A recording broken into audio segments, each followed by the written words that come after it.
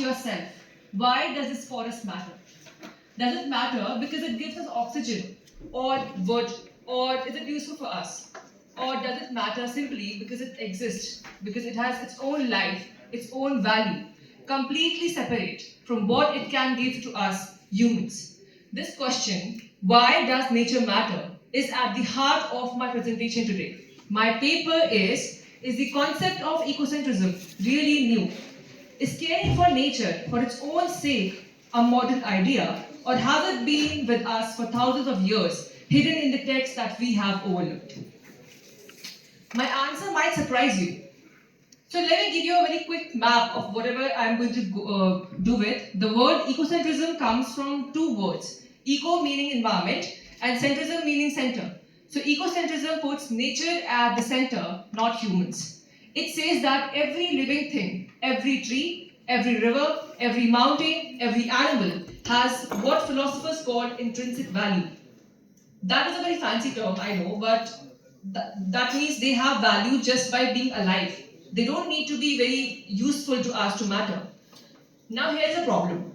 For many decades, when scholars looked at Indian philosophy, especially the Vedas and Upanishads, they dismissed it as just religion. Oh, it's just prayer for gods. They said it's just rituals and dogmas. But that is only the half of the story. As philosopher Charles Moore pointed out, Indian philosophy is filled with curiosity, doubt, and rational questioning. It is philosophy, not just faith. And my paper focuses on just three Upanishads, the Chandogya, Aitareya, and the Brihadaranyaka, to show that the heart of ecocentrism belongs strongly in all of them. Now, what is ecocentrism? So, before we go any further, let us understand what is ecocentrism. It sounds like a very big academic word, but the idea is very simple. It is a belief that nature has value in itself, not just value for us. Think of it this way. Anthropocentrism says the forest is valuable because it gives us timber. Ecocentrism says the forest is valuable because it is the forest. One sees nature as a tool, the other sees nature as a living community that includes us but does not revolve around us. Look at these. Look at yourself. Like look at around yourself. For example, the trees, or maybe the wind.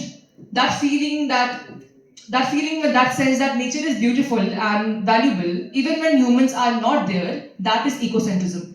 It is an ancient feeling, but in the modern world, one person is very famous for putting it into words: Aldo Leopold.